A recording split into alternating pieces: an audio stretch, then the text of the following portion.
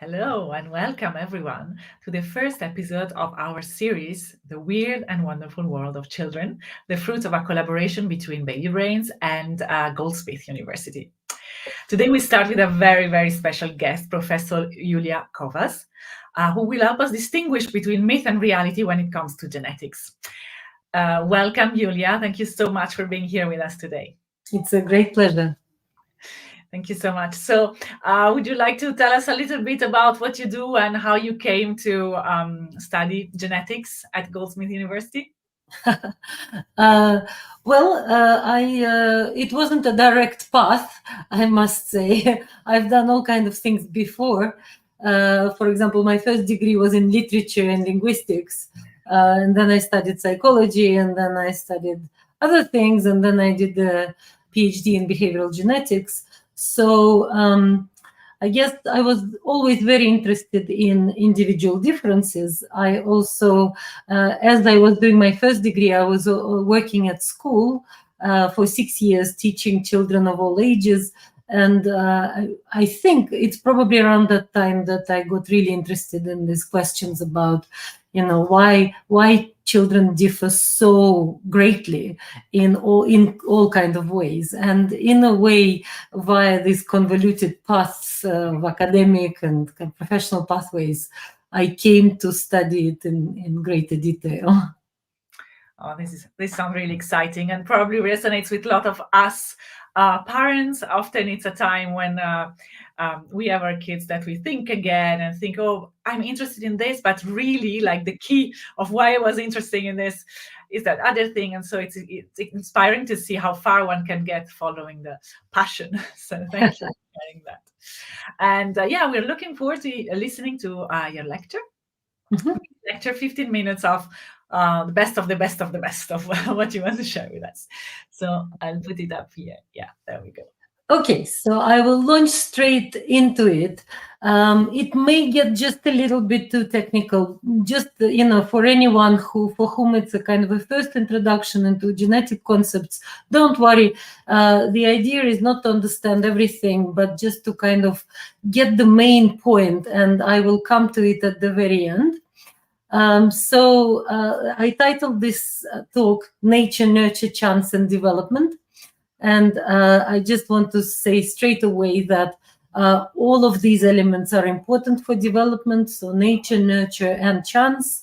Really chance is probably one of the key influences of development, because chance interferes at all levels. For example, chance or randomness is present in the genes. So, for example, genes can change and get modified. And chance is, to a large extent, environment that we experience. So there are a lot of stochastic kind of chance, unpredictable events in our lives that influence us. And so chance kind of penetrates nature and nurture, and together this complex system influences development. I will say a few words about twin studies and a little bit about molecular genetics. And here we're looking at two sets of twins, monozygotic twin girls with whom I had the pleasure to work with and observe their development. All right, so I'm not sure how to move on. So to be able to move on yourself, but I can... Okay, all right. Okay, so something a little bit, I don't see the whole slide, but hopefully you can see. So there is a lot of technical information here, but all I really want to say here is that there have been many twin studies in the world to date. So, for example, I have worked for many years in one of the biggest twin studies in the world dedicated to child development that has been going on for 20-some years at King's College at the University of London. And here we're looking at the results, combined results, which is called meta-analysis, where results from many studies are pulled together. So here we're looking at results from more than 14 million pairs of twins, which basically ask a question. the nature-nurture questions. So human development, human traits, human characteristics, are they influenced? To what extent are they influenced by genetic and environmental factors? And this massive meta-analysis concluded something really interesting, that if we pull all human traits together, the ones that have been examined in this analysis, like more than 17,000 different human characteristics, genetic factors explain about 50% of individual differences across people, and environmental factors contribute to the rest of the variability. And so to me, this was kind of a really a very important finding that resolved the nature-nurture debate, probably, hopefully, once and for all. It kind of suggested that no matter what human characteristic we are talking about, actually both genes and environments contribute to these traits. Of course, some behaviors or characteristics are more heritable than others, and some characteristics are under greater control of environments. But nevertheless, no matter what feature we take, both genes and environments are involved in some ways. By the way, this is an interactive website match where you can go and play with it and ask questions about different characteristics. So I really recommend this resource. So these are, again, I know this is a very busy slide, but here I just wanted to show to you that there are many, many papers, scientific articles in journals, and here I put some journals from the groups with whom I was lucky to work with, which kind of in combination suggest that genes and environments, most individually specific, so environments that happen to an individual rather than the whole family, affect cognitive abilities, academic achievement, choice of subjects that we choose to study, personality, motivation, anxiety, self-efficacy, and even social mobility. This list is endless. So anything that you can think of in development is affected by both genes and environments. This study is kind of recurrent, this finding is recurrent, it's ubiquitous. So I haven't yet found any characteristic that was entirely environmental or entirely genetic. So this is one thing that I wanted to say. Another thing I wanted to say is that really genetics is an incredible field.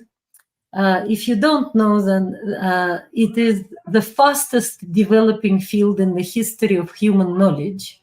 So no other science has developed so fast and so incredibly kind of unexpectedly.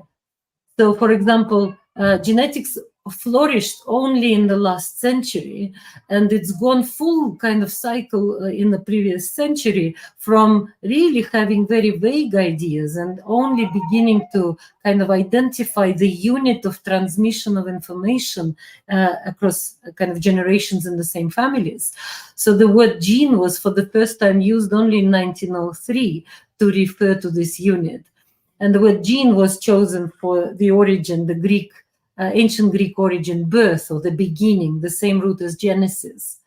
And then already by mid-century, last century, we understood the structure of DNA and made all kinds of other incredible discoveries. And then in the 21st century, we have moved into what is called the genomic era. So we are now living at a time where genomic discoveries are happening every day.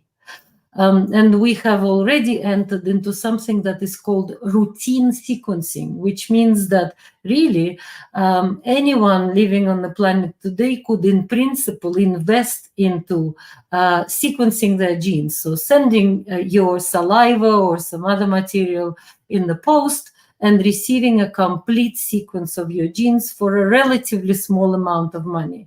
Just for comparison, at the beginning of the 21st century, reading out the genomic code of one person would cost like millions or potentially billions. But today we can do it in a couple of £1,000. For a couple of £1,000, you can get a very good quality readout of your genome. So it's really also here I presented that almost every year these days there is the Nobel Prize awarded in discoveries in the areas of genetics. So it's a baby science with a lot of discoveries and a lot of Nobel Prizes. And so another thing I want to say, and this is probably the most important thing I want to emphasize today, is that we are going to enter the next era, which will be called post-genomic. So currently we are in the genomic era and many people don't yet know it. But another era is coming where genetic information will be ubiquitously used in all spheres of life, from medicine to education to family planning, employment, insurance, justice systems, gaming, entertainment. And all of this will be possible through, first of all, off-the-shelf consumer genetics, which has begun to flourish, and in many other ways. So you may now sit and wonder, like, is this true? Can it be possible? But if I had a little bit more time, I would give you examples of the use of genetic information in every one of these contexts already. And so nobody will announce the post-genomic era. Genomic era was announced. So, for example, President Clinton came out in front of the whole world and said, today, we've sequenced the human genome, which is the moment similar to the man on the moon. So actually, genomic era was announced, but post-genomic era will just happen. And we will notice it when we individually will need to make decisions based on our genetic information. And it may be in the family planning context, it may be in the medical context, it may be in the context of making decisions for our children, and so in many other ways. So when you are faced with genetic decisions, you will know that you are living in the post-genomic era. So another busy slide I wanted to show you, and again, if you're interested in this kind of things, this is an interactive and continuously updated website, which contains, so in the corner there, you may see this kind of lots of little dots on these branches. And these dots are, each dot represents a genetic, or let's say a gene or a particular genetic marker that has been linked to a particular human characteristic. So, for example, here I could click on one of these dots, and these dots has been associated with obsessive compulsive disorder. And this website gives you information not just about that, but it also tells you the exact address of this gene on the human chromosomes. It tells you what it is involved in, and also what other characteristics the same gene has been linked to. So in this case, this one little dot represents a particular gene on a particular chromosome that has been linked to obsessive compulsive disorder, but also to other things like, for example, anorexia nervosa, attention deficit hyperactivity disorder, autistic spectrum disorder, etc. So this is again a website that is continuously built. There are millions of already associations that have been captured. So this is something that is developing and will continue to grow. So another thing I wanted to mention today is that, of course, we've learned from twin studies quite a lot. We have also begun to identify specific genes that are linked with specific traits. But we also discovered many other things. So, for example, you may have heard of another field that is called epigenetics. And this is the field that studies how our genes are regulated or how they respond to environments. So, for example, how can, for example, if someone is a smoker, how can it affect the working of their genes?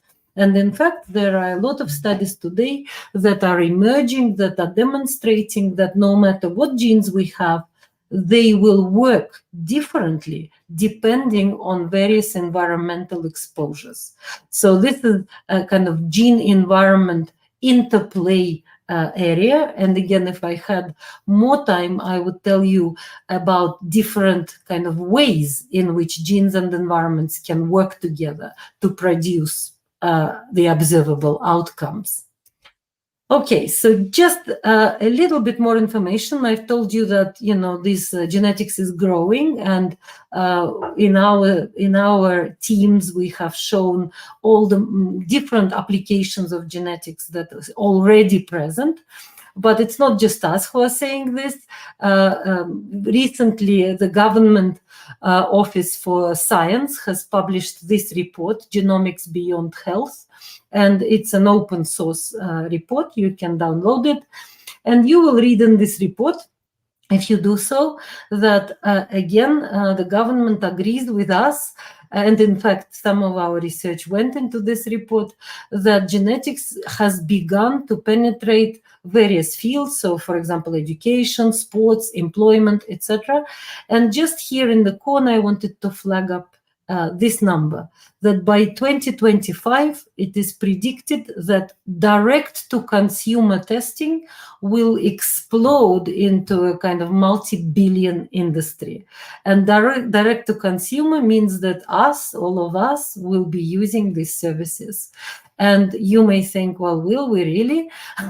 I can tell you that actually today already one of the most, especially in some countries, one of the most kind of desired presents for the birth of the child for parents is some kind of genetic test kit. So this is already here, just kind of one more time illustrating to you that we are living in the genomic era, on the cusp of post-genomic era. So this is my last kind of piece of information.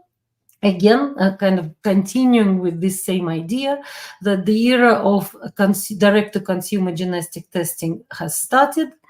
But I want to tell you kind of that this remains controversial and will forever remain controversial. But no matter how controversial it is, as societies, we will have to deal with this situation. So what are the controversies? Well, the first controversy is that, you see this, I put some pictures that kind of liken genetic testing or genetic prediction to the kind of the oracles, where we, humans have always wanted to know the future. And so here I present a picture of the Delphi temple of oracles. So where people in ancient Greece went to find out things about themselves or their future. And an inscription on this temple said, "Know thyself." And actually today the commercial genotyping companies are using similar slogans. They say, find things about yourself, discover things about yourself. They say, for example, here I presented to you this for £299. One commercially genotyping company is offering you to provide information about your ancestry, your health, your skin, your nutrition, but also the last point there is talent. So they're promising to tell you some useful information about various talents.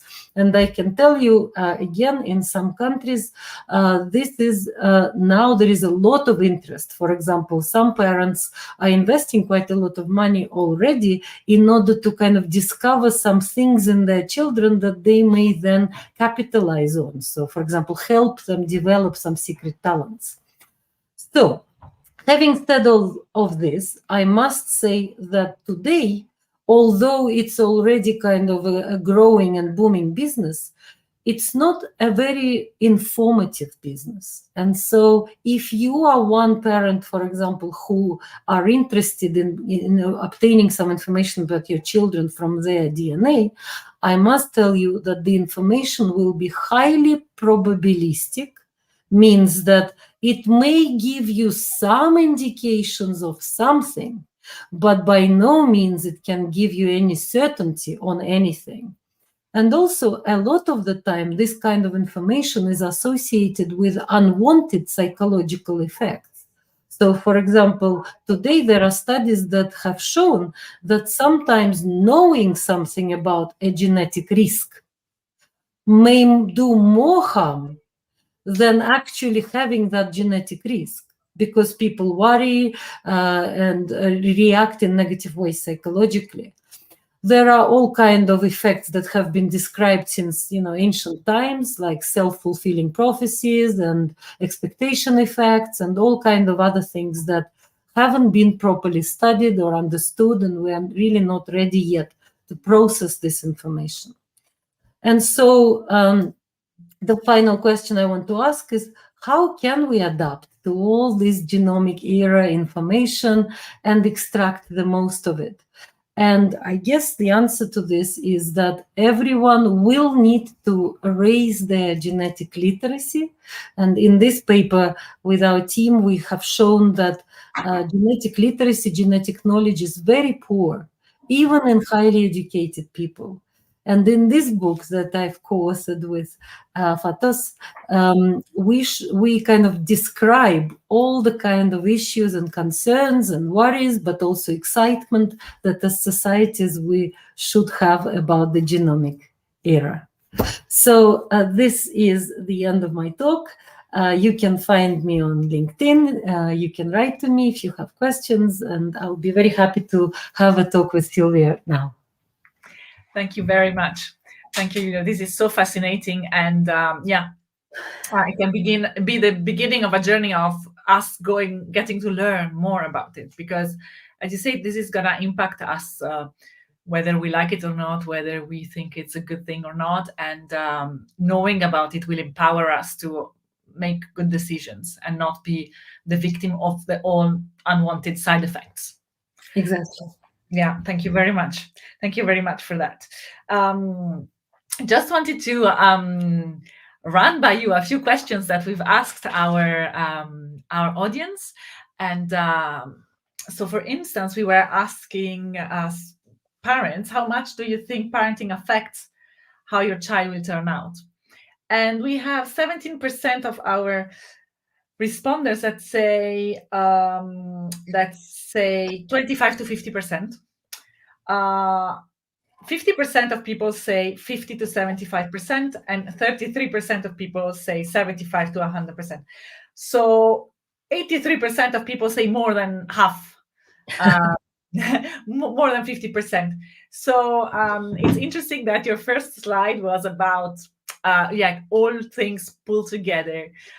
You said 50-50. So I don't know, I wonder, do we actually overestimate the influence of genes then? Yeah, very good questions. Well, I think the paradoxical thing, I think, is that all of the estimates may be correct, because first of all, for different traits, the situation is probably different. So, for example, just one example, in one of our papers, we found that whether children continue to higher education, so at school still. So I know the things have changed in England, but when there is a transition where you can stay a bit longer at school or you can leave. So that transition is very much affected by the family, shared environmental factors. So it seems to be very important, some kind of family influence, whether it's parenting or more broadly family, it's difficult to tell. But for example, which subjects children want to continue studying or want to choose to study is very little affected by this kind of family factors, and more so by genetic and kind of child-specific environmental effects. So something they heard, some other interests, or something like this that is not family-wide. So that's one thing. So it will be different for different characteristics, different traits. Another thing I want to say is that without a doubt, parenting affects children. So there is plenty of research on it that is very definitive. But it probably doesn't affect children or development in the way parents think. And the main piece of kind of information that comes from many, many studies is that family or kind of parenting effects make children in the same family different from each other rather than similar to each other. So in other ways, parents may kind of interact with children differently. Children may evoke different parenting from their parents. Parents respond to children's individual kind of preferences, interests, needs, etc. And therefore, it's not family-wide. So that's the thing. So parents affect their children, but often in unpredictable ways.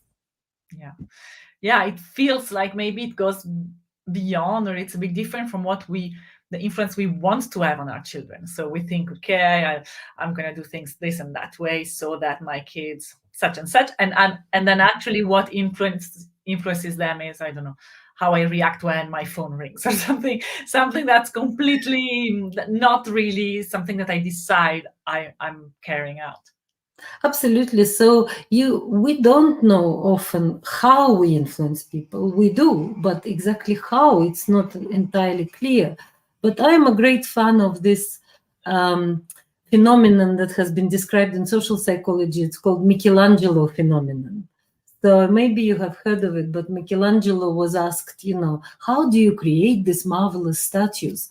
And he was saying, well, when I look at the kind of slab of marble, I kind of see the inner beauty. And then what I do is not like chip away, but I allow the inner beauty to emerge from stone. And so Michelangelo phenomenon in relationships, it kind of suggests that what we really should be doing is allowing all of these wonderful predispositions and kind of tendencies to emerge rather than mold whatever or chip away how we see it or how we want it. And I guess this applies to all relationships, including parent-child relationships. Yeah, it's a very beautiful image. Thank you for that. And then we had another question that we asked our audience, and that was, if something is genetically determined, so let's imagine, so we know that it's not the case, but let's imagine something is 100% genetically determined. In order to support a child that is determined in that way, what can parents do? Nothing, a little, or a lot? And in our audience, nobody said nothing. 33% of people said a little, and 67% said a lot. Great. You have a very clever audience. I think they're giving very good answers. Guys, I think you kind of already semi-answered your question at the very beginning. You said, let's imagine it's 100%, but in reality, nothing is. And so the word determined is one of the most harmful words that kind of penetrated this field and continuously recurs. So, for example, I always correct students if they want to say the word determine, because determine kind of implies, it doesn't have to, but it does in people's minds, that it's a kind of direct cause. So if this, then this. But in reality, nothing works like this, or very few things work like this. And even when they do, so phenylketonuria, PKU, is an excellent example of this, where this kind of build-up of this chemical in the brain happens because of one mutation. And if it left kind of unknown or untreated, then this one genetic mutation leads to mental retardation and many other problems that people may have. But if we know about it, and the baby very early on is placed on a particular formula, which is kind of doesn't contain this chemical, then there is completely normal path of development. So here we're basically saying 100% genetic thing is 100% environmentally engineered, kind of intervened, prevented. On the other hand, something may happen to somebody environmentally. So let's say they experience some severe traumatic event, and often it's very difficult to change the outcomes of this, or let's say, something terrible like a brick will fall on my head and I forget everything, then it's entirely environmental, but often very difficult to treat. So actually, what I'm trying to say is that there is no link between whether something is genetic in origin or environmental in origin and how malleable it is. And in a way, everything can be changed to some extent. So whether something is genetic or environmental, you can affect the system of effects. Wow, this is interesting food for thought, because as parents, we really do have this tendency to think, oh, it's genetics, I can do nothing about it, kind of like. Yes, it really is an erroneous idea, and I understand that it kind of comes from all kinds of things, especially that genetics is really taught in very kind of categorical ways in schools often. So people remember something about pea plants and Mendelian transmission, and they apply it to people directly. But our characteristics are very complex. So anything, for example, motivation to study psychology is partly genetic, but there is no gene for motivation to study psychology. Clearly, it doesn't make sense. So it's a combination of many, many different processes that bring a person to, for example, study psychology. Some of them are genetic, some of them are environmental, some of them trigger each other or reinforce each other. So it's a complex mechanism where lots can be changed at every point. Yeah. I think on these wise words, we're going to have to close. Thank you so much for your time. Thank you for the very useful kind of overview about genomic, in fact, the warning that we are entering the post-genomic era, and that we should learn about it. So we're off. It's a great pleasure. And thank you for this really interesting, exciting conversation. We really hope to have you back sometime soon. Thank you very much, Sylvia. It's a great pleasure to contribute to this agenda of kind of sharing what we have learned and what we all need to know. Thank you so much. Thank you very much. Bye. Bye.